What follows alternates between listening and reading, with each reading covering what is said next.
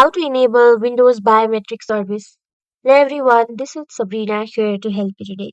So without any further ado, let's get right into the video. So first, go to your start menu and then simply search for services,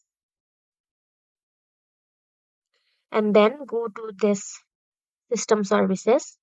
After that, simply search for biometrics. Find Windows Biometric Services. You should find this in alphabetical order.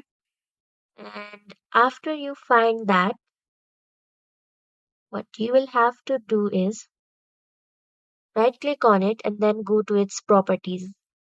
Now make sure this star type is made as automatic.